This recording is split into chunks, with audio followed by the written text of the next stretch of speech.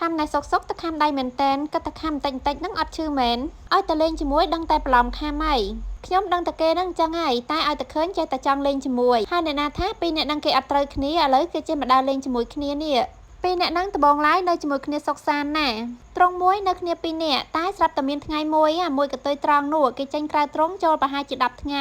មានអីពេលត្រឡប់មកវិញអាកតុយខ្វៀនលែងឲ្យនៅជាមួយក៏បានបែកត្រង់គ្នា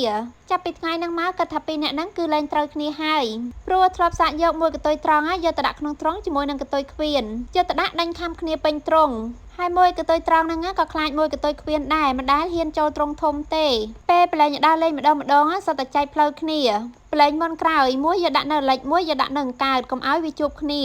ាតែត្រង់គេពីរអ្នកហ្នឹងគឺនៅជាប់គ្នាទេឃើញមុខគ្នារាល់តែថ្ងៃហ្នឹងប្រហែលជានៅចិត្តគ្នាយូរទៅសមហើយឥឡូវចេះលួចចូលត្រង់គ្នាចុះឡើងមិនមែនចូលលេងទេតែចូលទៅលួចចំណីពេលខ្លះដូរត្រង់គ្នាដែរហ្នឹងត្បិតថាឥឡូវត្រូវគ្នាវិញមែនតែបានជានៅត្រង់ផ្សេងគ្នាហើយក៏ឲ្យនៅផ្សេងគ្នាអញ្ចឹងចុះបើឲ្យនៅជាមួយគ្នាក៏ចង្អៀតដែរហើយណាមួយត្រង់ក៏មានស្រាប់ទុកចោលអត់មានអ្នកនៅក៏ស្ដាយឲ្យពីរអ្នកហ្នឹងគេធ្វើជាអ្នកចិត្តខាងគ្នាចោលឈូកដាំដាក់ទៅទឹកអត់ប្រើផុកបានអត់ខ្ញុំពិតជាចង់ដឹងមែនព្រោះកន្លងមកមានអ្នកសួរបន្តិចអ្នកទេតែខ្ញុំឆ្លើយមិនរួចព្រោះអត់ដែលដឹងហើយក៏អត់ដែលសាក់ខ្លួនឯងដែរឥឡូវមានតែសុំសួរទៅបងប្អូនវិញហើយបើខ្ញុំធ្លាប់ដាំគឺដាក់តែផុកហ្នឹងតែឃើញគេដាំបន្លែហូបផ្លែអីគឺប្រើទៅទឹកបានដល់អញ្ចឹងក៏មិនដឹងថាឈូកហ្នឹងធ្វើដូចគេបានអត់គាត់កាន់តែសួរខ្ញុំកាន់តែឆ្ងល់ហើយការដែលគាត់សួរហ្នឹងក៏ព្រោះតែគាត់ពិបាករត់ដីយកទៅដាក់ដាំឈូកភ្ញៀវខ្លះគាត់សុំឲ្យខ្ញុំផ្ញើដីភក់ឲ្យគាត់ទៀតនេះពិតជារឿងពិបាកមែនសម្រាប់អ្នកដាំឈូកភ្ញៀវខ្លះគាត់ក៏តកាយដីយកមកកូរជាមួយទឹកធ្វើជាភក់ដាំតែភ្ញៀវខ្លះក៏រំបានទេគាត់សួរខ្ញុំថាប្រើខ្សាច់ដាំបានឬអត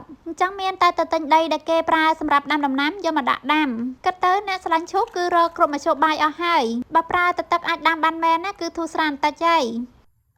ដោយសារតែអំពងឫស្សីពីរអំពងហ្នឹងខ្ញុំកាត់ដើមឫស្សីឲ្យពីដើមកាត់ម្ដងមកវាមិនដួលព្រោះអីវាតាក់ជាប់គ្នាទៅកាត់ម្ដងទៀតកាត់ម្ដងទៀតដួលហើយហ្នឹងក៏វាជាប់ម្ដងទៀតដូចគ្នាខ្ញុំរកកាត់ដើមទី3ដែរហ្នឹងតែបើមើលតាមសភាពបន្តកាត់អញ្ចឹងទៀតប្រហែលជាអស់ឫស្សីកន្លះគុំខំឡើងផុតចូលឫស្សីអត់ផុតទេគ្រាន់តែនិយាយបដូចឡើងទៅកាត់ឆ្កាមែកណាតាក់ដើម្បីទាញឲ្យវាធ្លាក់មកតម្រាំបានរួចពីគុំកាត់បានពីកំពងហ្នឹងខ្ញុំចំណាយពេលកន្លះថ្ងៃឲ្យតែបែបនេះចោះដឹងតែរស់ស៊ីរុងរឿងណាស់ហើយមកពីថ្ងៃហ្នឹងប៉ាអត់នៅរួចក៏ត្រូវតែធ្វើខ្លួនឯងដែរហើយមួយកញ្ចប់នេះមានដើមរង្សាប្រទាលផាត់ពពកបំពង់ឫស្សីកូនឈូកជាមួយនឹងចប់មិនមែនតែពីរហ្នឹងទេគឺចោល10និយាយពីពពាយជ្រុងដើមវាធន់ផ្លែមិនឈប់ផ្លែតតែអ្នកញ៉ាំឈប់ញ៉ាំវិញហើយផ្លែហ្នឹងក៏ធំលឿនទៀតតែបេះមិនតាន់ហ្នឹងគឺចាស់អស់តតែបេះរាល់ថ្ងៃទៅតាន់តែអ្នកណាទៅញ៉ាំវារាល់ថ្ងៃប៉ាមិនដឹងថាយកទៅធ្វើអីញ៉ាំឲ្យបានច្រើនមុខផងហ្នឹងរាល់ថ្ងៃញ៉ាំជាបន្លែស្រស់អស់ពីហ្នឹងម៉ែយកទៅស្លម្ជូរឬមួយក៏ឆាឆ្នៃអស់ហើយខ្ញុំកំពុងតែគិតថាបើយកទៅធ្វើជាជ្រក់កើតឬអត់សាធ្វើដោយស្ពៃក្តោបមើលញ៉ាំកើតអត់តែពពាយជ្រុងនេះហាខ្ញុំចូលចិត្តញ៉ាំជាងគេគឺជាមួយអំពិលបុកញ៉ាំផ្ទាប់ជាមួយគ្នាទៅគឺត្រូវគ្នាណាហើយនេះដើមមិនបានដាំទេវាជ្រុះគ្រាប់ហើយក៏ដុះកូនថ្មីមកដោះនៅត្រង់ចាស់ហ្នឹងខ្ញុំគិតថារើចេញហើយតែដល់ពេលឃើញកូនវាដុះមកទៀតក៏ទុកបន្តឥឡូវមានអីត្រង់គឺបាក់អស់ហើយហ្នឹងឲ្យវាដុះទាំងអញ្ចឹងទៅខ្ញុំតេតងជាមួយគាត់តាំងពីខែ8ដល់ខែ10ខំតែគិតថាគាត់ប្រហែលជាបោះបង់ខ្ញុំចោលហើយស្រាប់តែថ្មីនេះគាត់តេតងមកថាឲ្យរៀបអីវ៉ាន់ជូនគាត់សំណាងអីក៏សំណាងយ៉ាងនេះគាត់តេតងមកភ្លាមចេះខ្ញុំមានអីវ៉ាន់គ្រប់មុខដែរសម្រាប់ប្រទាលសារិកានេះហាគឺអត់ចេះអស់ទេព្រោះអីខ្ញុំដាំបន្តគ្នារហូតហើយដាំបានច្រើនទៀតច្រើនខ្ញុំមិនមែនរាប់រយទេគឺត្រឹមតែ20-40កែវអីហ្នឹងចាំមានអីទៅភ័យបើលក់ម្ដងត្រឹម2-3កែវហ្នឹងតែមួយកញ្ចប់នេះរៀងធំគ្រាន់បាតដែរព្រោះអីគាត់យកប្រទាលសារិកាហ្នឹងដល់ទៅ8កែវគ្រាប់ឈូក10គ្រាប់ដែរចេះដល់ល្មមនឹងផ្ញើចេញនៅមានសបកឈូកទុំ20ទៀតម៉ែឆ្ងល់រាល់តែថ្ងៃហ្នឹងគាត់ឆ្ងល់ថាខ្ញុំប្រមូលទុកធ្វើអីមានហេតុទៅមានផលរបស់ប្រើបានហ្នឹងទៅបានជាខ្ញុំទុកសបកឈូកនេះខ្ញុំក៏ធ្លាប់ឃើញគេដាក់តាំងលម្អដែរមិនមែនមានតែសបកផ្លែហ្នឹងទេនៅមានស្លឹកក្រៀមទៀតខ្ញុំមិនដឹងថាមានមនុស្សប្រមាណអ្នកចូលចិត្តស្ទាយបែបនេះទេតែខ្ញុំក៏ជាម្នាក់ក្នុងចំណោមនោះដែរមើលទៅសាមញ្ញតែលេចធ្លោមិនសូវស្អាតតែគួរឲ្យចាប់អារម្មណ៍ចង់ដឹងណាថាគាត់រៀបចំស្អាតប៉ុណ្ណាហើយដើមនេះជាដើមអីបើខ្ញុំហៅថាកាក់ចិនមានអ្នកប្រាប់ថាមែនទេតែអ្នកដែលឲ្យខ្ញុំមកក៏ប្រាប់ថាដើមកាក់ចិនហើយបើមិនមែនឈ្មោះមួយហ្នឹងតើឈ្មោះអីឲ្យប្រកាសទៅខ្ញុំចង់វែងជាមួយឈ្មោះរុក្ខជាតិហើយព្រោះតែហៅខុសគ្នាដើមខ្លះឈ្មោះ2-3តែម្នាក់ឯងមិនដឹងឈ្មោះណាយកជាផ្លូវការទេប៉ាខ្ញុំមិនសូវស្គាល់រុក្ខជាតិទៀតយូរលែងហ៊ានហៅឈ្មោះរុក្ខជាតិព្រោះអីខ្លាចហៅទៅខុសទៀត រុក្ខជាតិអស់នេះខ្ញុំទៅតែចាប់ផ្ដើមដាំទេអញ្ចឹងហើយក៏មិនសូវស្គាល់ឈ្មោះ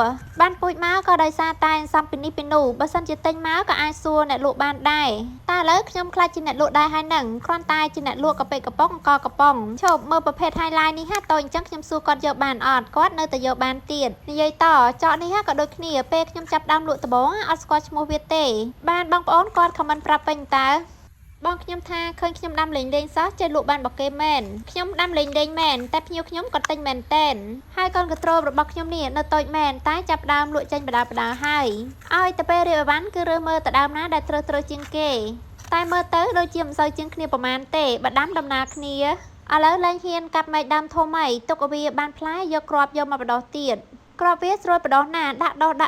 ដើមវាវិញស្រួលគឺដោះកូនតាមរឹសមកទៀតបើសិនជាខ្ញុំមានស្រែមានតាពាំង2 3កន្លែងទៀតខ្ញុំប្រកាសជាដាំផលិតដាំរំចង់ដាក់កាផ្លោកទៀតឲ្យបានគ្រប់មុខនឹងគ្នាកុំឲ្យខ្វះនេះខ្វះនោះឥឡូវនេះមានតែឈូកនឹងចោបើបានផលិតទៀតបានដកស្លហើយបើផ្ការរំចង់គឺស្អាតបើផ្កាកាផ្លោកវិញមិនត្រឹមតែស្អាតទេបេះញ៉ាំក៏បានទឹកគ្រឿងក៏បានលបាយនំបញ្ចុកក៏បានគ្រាន់តែគិតក៏សប្បាយចិត្តដែរតែការប៉ັດអត់មានកន្លែងដាំទេតែតាពាំងនេះមួយដាក់ឈូកផងដាក់តកួនផងពេលខ្ញុំចុះបេះឈូកម្ដងវ៉ាន់ជើងចង់តែផ្កាប់មកឥឡូវនៅឃើញស្ដាយក៏ហួសពេលដែរមិនដឹងធ្វើម៉េចយកតកួនចេញអស់កាលពីក្មេងខ្ញុំក៏ចូលចិត្តដាំផ្កាដែរកាលហ្នឹងមិនដឹងថាផ្ទះមានពិធីអីទេតាអាចារ្យក៏ដើរទៅកាច់ផ្កាដែលខ្ញុំដាំហ្នឹងយកទៅរៀបចំថ្វាយព្រះខ្ញុំហេតុតែស្រឡាញ់ផ្កាអត់ចង់ឲ្យតាគាត់កាច់ទេតែតាគាត់លួងគាត់ថាបានដាំផ្កាថ្វាយព្រះគឺល្អណាស់កើតមកជាតិណាឲ្យល្អដូចផ្កាឲ្យក្លិនក្អូបដូចផ្កា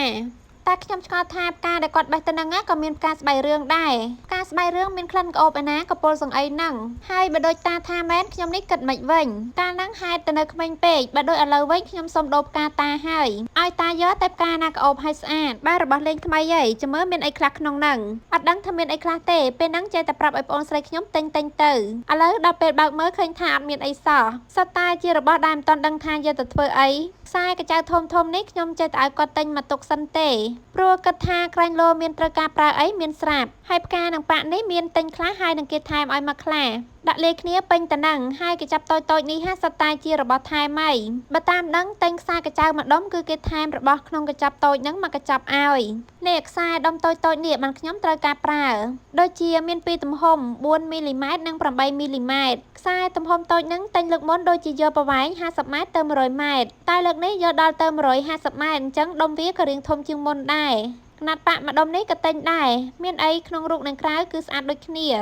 អស់ហើយដូចជាអត់មានអីទៀតទេក្រៅពីហ្នឹងសុទ្ធតែជារបស់ថែមហ្នឹងតែខ្ញុំដូចជាទិញជ្រុលហើយខ្សែកញ្ចៅធំហ្នឹងមានដល់ទៅ3សាយអត់ទាន់ដឹងថាយកទៅធ្វើអីផងហើយមើលរបស់ថែមបើដឹងថាច្រើនអញ្ចឹងអត់ចាំបាច់ទិញអីកញ្ចប់តូចហ្នឹងមកថែមទៀតទេអស់ហើយតាមពិតទៅមកកញ្ចប់ហ្នឹងមានតែខ្សែកញ្ចៅហ្នឹងឯងអស់ហើយនឹងក្នាត់ស្បៃពណ៌កញ្ចៅមួយទៀតឥឡូវមកបើកមើលរបស់កញ្ចប់វិញចង់បានរបស់សៀតសក់នេះយូរហើយព្រោះអីពេលឃើញគេបួងសក់ទៅទំនងតែបងខ្ញុំថាអត់ពេញចិត្តផងហើយឥឡូវបកមកមើលវីដេអូពីដើមវិញចង់ប្រាប់ថាមកបាវហ្នឹងអត់មានអីទេសិតតែថងទាំងអស់ហ្នឹងសិតតែជារបស់ផ្ញើឲ្យខ្ញុំហើយកុំឃើញអញ្ចឹងគិតថាជារបស់អត់ប្រយោជន៍សោះទាំងអស់នេះសិតតែជារបស់ដែលខ្ញុំត្រូវការប្រើគាត់យកមកផ្ញើខ្ញុំទុកឲ្យខ្ញុំខ្ចប់អីវ៉ាន់ហ្នឹងណាអាណិតបងណាខំវិចនេះវិចនោះយកមកផ្ញើគ្រប់យ៉ាងសំបីតែសម្បកឡើងមួយក៏កាន់មកដែរសុទ្ធតែជាអ្នកគ្រប់គ្រងខ្ញុំពីក្រៅខ្នងហើយរើឡើងអស់ពីបាវរបស់សាច់ការគឺមានតែមកកញ្ចប់នឹងឯងខ្ញុំណែគ្រាន់តែឃើញបាវដាក់អីវ៉ាន់ផ្ញើមកអនោះដល់ទៅពេលរើអីវ៉ាន់មកក៏ដូចគ្នាគ្រាន់តែអត់រហើយយកមកដល់អត់ឲ្យខ្ញុំបើកទេឲ្យខ្ញុំស្ទាបសិនទាយថារបស់ហ្នឹងជារបស់អីទាយមិនយ៉ាងត្រូវបើរបស់ដាក់ក្នុងប្រអប់ហ្នឹងតាមពិតកៅសតូចតែមួយខ្ញុំស្មានតែធំដែរយកមកគ្មានប្រើបានប្រហែលទេមើលទៅខ្ញុំថាយកកៅហ្នឹងយកមកប្រើជាមួយនឹងខ្សែកញ្ចៅនឹងឯងហើយបើមួយនេះក៏ត្រៃកាត់មែកឈើប្រើខូចអស់មួយហើយបងខ្ញុំហ្នឹងហើយជាអ្នកធ្វើឲ្យខូចអញ្ចឹងក៏ឲ្យគាត់ទិញឲ្យមួយទៀតតែមួយដែលប្រើមុនហ្នឹងវាតូចជាងនេះហើយតម្លៃក៏ធូរដែរមួយនេះរាងធំជាងតិចហើយក៏មាំជាងដែរចាំមើលសាក់ប្រើសិនហើយអីវ៉ាន់អស់ហើយមានតែប៉ុណ្្នឹងឯង